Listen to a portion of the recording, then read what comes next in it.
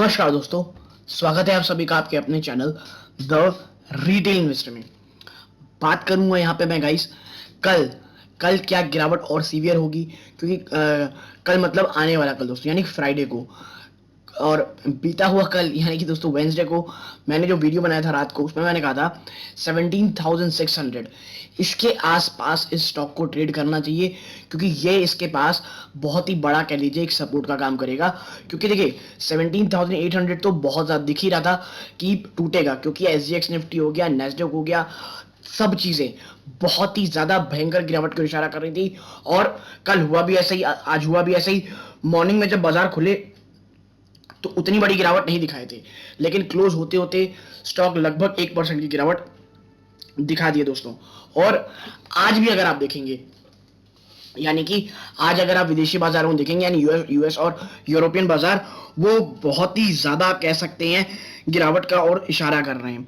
ठीक है, और कल के दिन जो सबसे बड़ा आप कह लीजिए या तो ट्रिगर पॉइंट कह सकते हैं, जो बाजार को अचानक से ऊपर लेके जाएगा या बाजार को बहुत ही अचानक से और नीचे लेके जाएगा, वो है आरबीआई की पॉलिसी।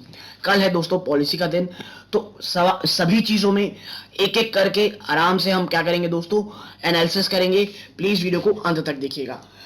लेकिन आगे बढ़ाने से पहले, अगर पहली बार आप इस चैनल में आए हैं, प्लीज सब्सक्राइब का बटन दबा दें। वीडियो अच्छी लगती है वीडियो को लाइक जरूर कीजिएगा दोस्तों। ठीक है, अब विदाउट वेस्टिंग एनी टाइम सीधा मैं आपको लेके चलूंगा निफ्टी की तरफ। आप देखें आज माइनस, आप देखें आज आप 0.94% गिरावट है।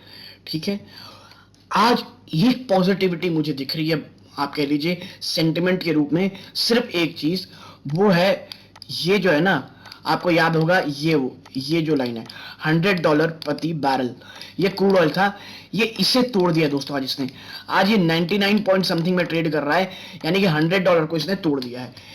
ये आप कह सकते हैं थोड़ा बहुत पॉजिटिव दिख रहा है जब मैं वीडियो बना रहा हूं।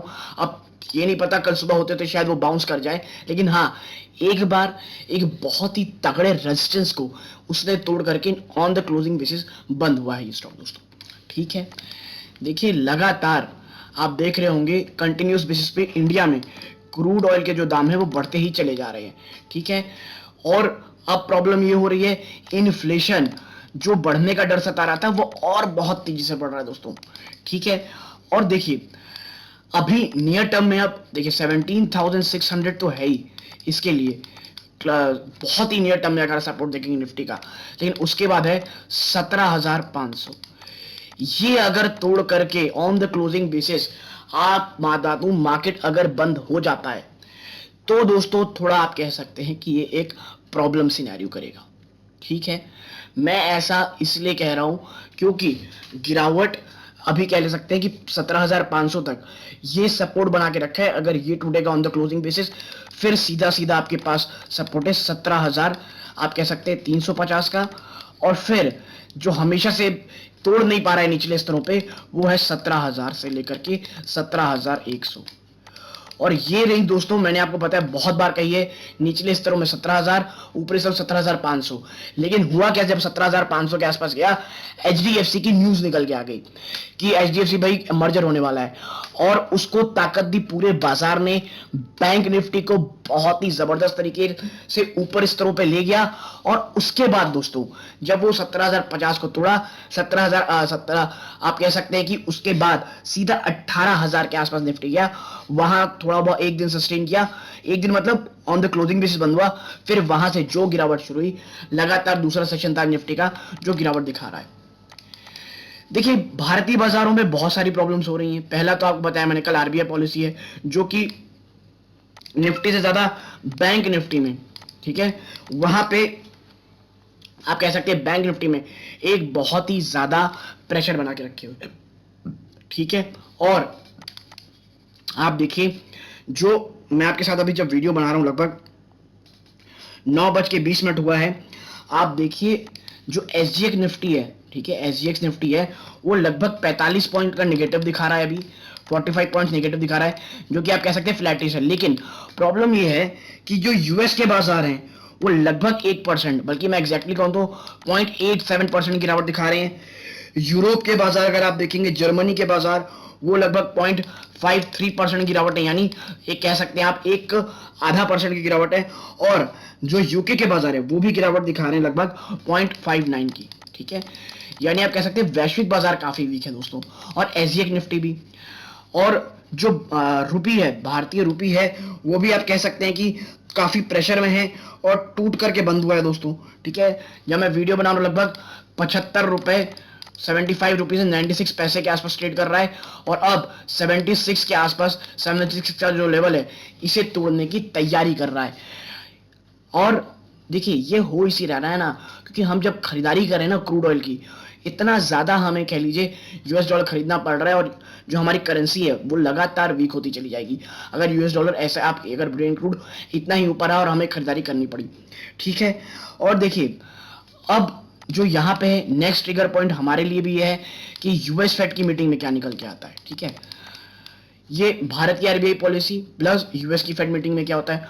और एक और चीज मैं आपको समझा दूं कि जो एक कह लीजिए एनालिस्ट का ये मानना है कि इस साल के अंत तक जो कल हमारे आरबीआई की जो मीटिंग होने वाली है उसमें कोई भी नो रेट हाइक्स होने वाली है, कोई भी रेट हाइक नहीं होगी ऐसा अनुमान लगाया जा रहा है। लेकिन हाँ, इस साल तक अंत तक 0.50 बेसिस पॉइंट, आधा परसेंट की बेसिस पॉइंट के ऊपर से इंटरेस्ट रेट बढ़ाया जा सकता है, क्योंकि इन्फ्लेशन बहुत ही ज्यादा हाई है दोस्तों, ठीक है। और मैं आपको बता दूं, अगर बात करें एनालिस्ट की, तो आप देखिए Nifty ends below 1700, Sensex falls 575 points, eyes on MCC meeting, ठीक है। Oil and gas power metal indices are down 1 to 2%। आज ऑयल एंड जो मेटल है, ऑयल गैस और मेटल है, वो गिरावट के साथ बंद हुए दोस्तों।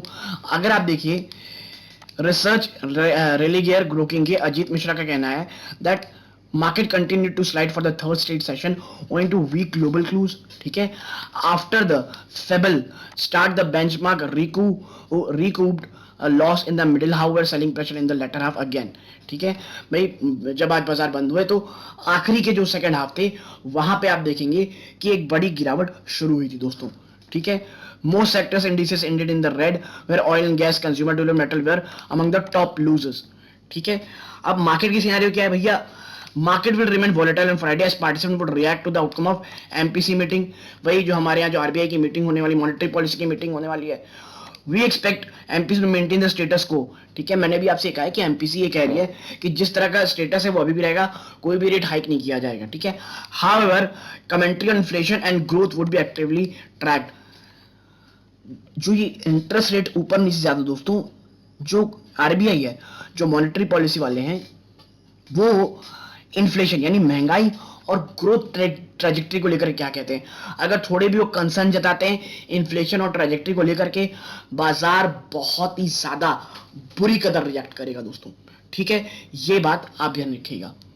और अब देखिए कल का दिन बहुत मुझे लगता है वोलेटाइल ही रहेगा, मेरा ये मानना है।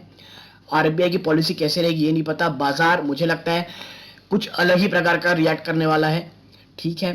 क्योंकि कोई भी नेगेटिव कमेंट्री, चाहे वो महंगाई, इन्फ्लेशन या ग्रोथ को लेकर के होगी, वो बहुत ही ज्यादा आप कह सकते हैं कि गिरावट का एक बहुत बड़ा ट्रिगर पॉइंट बन सकती है। तो कल अगर आप एक अच्छे ट्रेड नहीं है, प्लीज दूर बह के आराम से बैठे रहें। हर दिन ट्रेड करना जरूरी नहीं होता है दोस्तों, ठीक है। हर दिन ट्रेड करना जरूरी नहीं होता है, और कुछ दिन हमें आराम से शांति से बैठे रहना चाहिए, बस मार्केट को दूर से देखना चाहिए। मुझे लगता है कल भी वही दिन है। तो अगर आपको ये पूरा एनालिसिस पसंद आया हो, प्लीज वीडियो को लाइक कीजिए, चैनल पहली बार आए चैनल सब्सक्राइब कीजिएगा। यहां तक जुड़े रहने के धन्यवाद। ये इस वीडियो का अंत है। जय हिंद दोस्तों।